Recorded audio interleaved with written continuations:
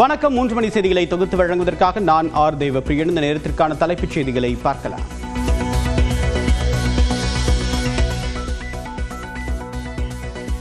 தமிழ்நாட்டில் அதிகபட்ச வெப்பநிலை 3 டிகிரி செல்சியஸ் வரை 3 நாட்களுக்கு அதிகரிக்கும். வானிலை மையம் கணிப்பு. ஈரானை அமெரிக்கா தாக்கக்கூடிய திட்டத்திற்கு அதிபர் ட்ரம்ப் ஒப்புதல் என்று தகவல். எப்போது தாக்கலாம் என்று இறுதி உத்தரவு பிறப்பிப்பதை ஒத்திவைத்திருக்கிறார் என்றும் அமெரிக்க ஊடகங்களில் செய்தி. இஸ்ரேலில் மருத்துவமனை மீது ஈரான் தாக்குதல். மருத்துவமனை சேதமடைந்த நிலையில் பலர் காயம்.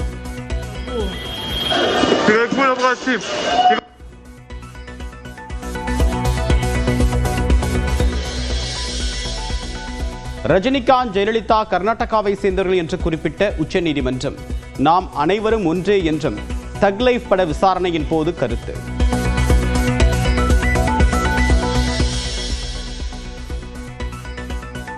தக் லைஃப் திரைப்படம் கர்நாடகாவில் வெளியிடப்படாது என்று விநியோகஸ்தர் அறிவிப்பு. தமிழ்நாட்டில் படம் சரிவர ஓடாத நிலையில் உச்சநீதிமன்றம் அனுமதி அளித்தும் வெளியிடுவதற்கு தயக்கம். ஆங்கிலத்தில் பேசுபவர்கள் வெட்கப்படக்கூடிய நாள் வரும் என்று உள்துறை அமைச்சர் அமித்ஷா பேச்சு. அப்படி ஒரு சமூகம் உருவாகும் நாள் வெகு தூரத்தில் இல்லை என்றும் உறுதி. சபரிமலை ரோப்கா திட்டத்திற்கு கேரளாவின் வனவிலங்கு வாரியம் ஒப்புதல். மத்திய அரசின் ஒப்புதலுக்கு அனுப்பி வைக்க முடிவு. கடந்த அதிமுக ஆட்சியில் சிறு குறு தொழில் நிறுவனங்களுக்கு ஒதுக்கிய நிதியை விட திமுக ஆட்சியில் 2 மடங்கு நிதி ஒதுக்கீடு. 16வது சர்வதேச இயந்திர கருவிகள் கண்காட்சியை தொடங்கி வைத்து முதலமைச்சர் மு க ஸ்டாலின் பேச்சு. ஜூனியர் உலகக்கோப்பை ஹாக்கி லட்சணையை அறிமுகம் செய்தார் துணை முதலமைச்சர் உதயநிதி ஸ்டாலின். நவம்பர் 28 முதல் சென்னை, மதுரையில் ஹாக்கி தொடர்.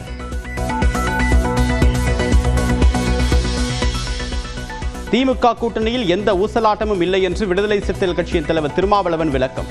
அதிமுகவுடன் கூட்டணி சேரலாம் என்று பேசியிருந்த நிலையில் தற்போதைக்கு மாற்று சிந்தனை இல்லை என்றும் திட்டவட்டம். மதசார்பற்ற முற்போக்கு கூட்டணியை உருவாக்கியதில் விடுதலை சிறுத்தைகள் கட்சிக்கும் ஒரு சிறிய பங்கு உண்டு. அதிலே எங்களுக்கு எந்த ஐயமும் இல்லை, ஊசலாட்டமும் இல்லை, மாற்று சிந்தனைக்கும் இடமில்லை.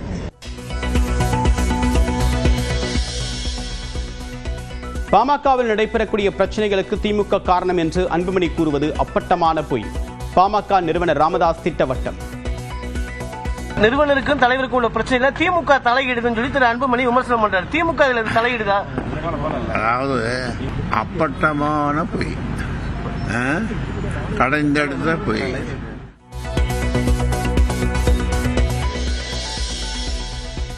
உடல்நலம் பாதிக்கப்பட்ட ஜி.கே. மணி அருளுக்காக பாமக மாவட்ட பொதுக்குழுவில் கூட்டு பிரார்த்தனை. உடல் நலமும் மனநலமும் தேறி வர வேண்டும் என்று அன்புமணி ராமதாஸ் விருப்பம். நமது கட்சியின் 2 சட்டமன்ற உறுப்பினர்கள் உடல் நலம் குறைவால் மருத்துவமனையில் அனுமதிக்கப்பட்டிருக்கின்றார்கள். உடல் ரீதியாக மன ரீதியாக பூரணமாக குணமடைய வேண்டும் என நாம் எல்லோரும் கூட்டு பிரார்த்தனை செய்வோம். தென்காசி முதியோர் இல்லத்தில் உணவு மற்றும் தண்ணீரில் விஷத்தன்மை இருந்தது ஆய்வில் உறுதி. 5 பேர் உயிரிழந்த நிலையில் மாவட்ட ஆட்சியர் கமல் கிஷோர் தகவல். ஆரணியில் பள்ளி அருகே சக மாணவரை கத்தியால் குத்திய 10ஆம் வகுப்பு மாணவர். கழுத்தில் காயமடைந்த மாணவர் மருத்துவமனையில் அனுமதி.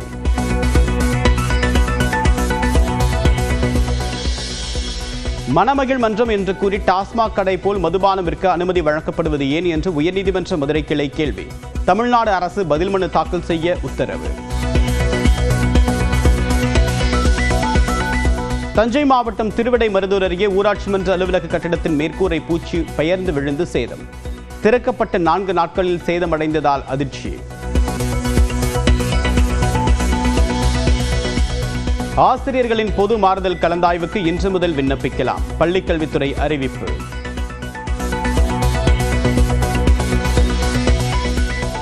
அமெரிக்காவில் வெடித்து சிதறிய ஸ்பேஸ் எக்ஸ் நிறுவனத்தின் விண்கலன் சோதனை செய்து பார்த்தபோது சம்பவம். I mean, even the other day when they... Whoa! What? That's not good.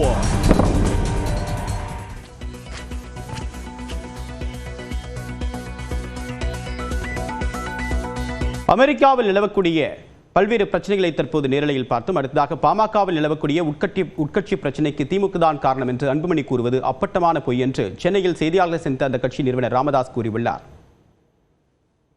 நிறுவனருக்கும் தலைவருக்கும் உள்ள பிரச்சனையில திமுக தலையிடுதுன்னு சொல்லி திரு அன்புமணி விமர்சனம் பண்றாரு. திமுக இதுல தலையிடுதா? அதாவது அப்பட்டமான பொய், கடைந்தெடுத்த பொய், அப்பட்டமான பொய்.